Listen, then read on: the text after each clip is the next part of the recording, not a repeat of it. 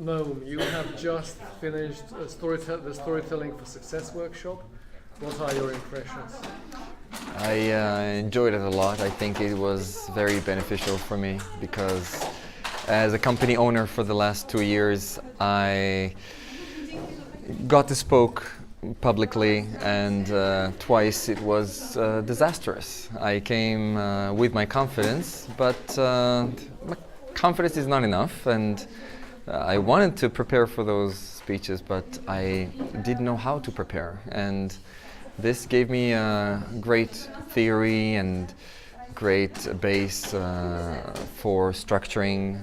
He gave clear examples and a lot of tools to structure your public speech and time it and make it interesting. So thank you.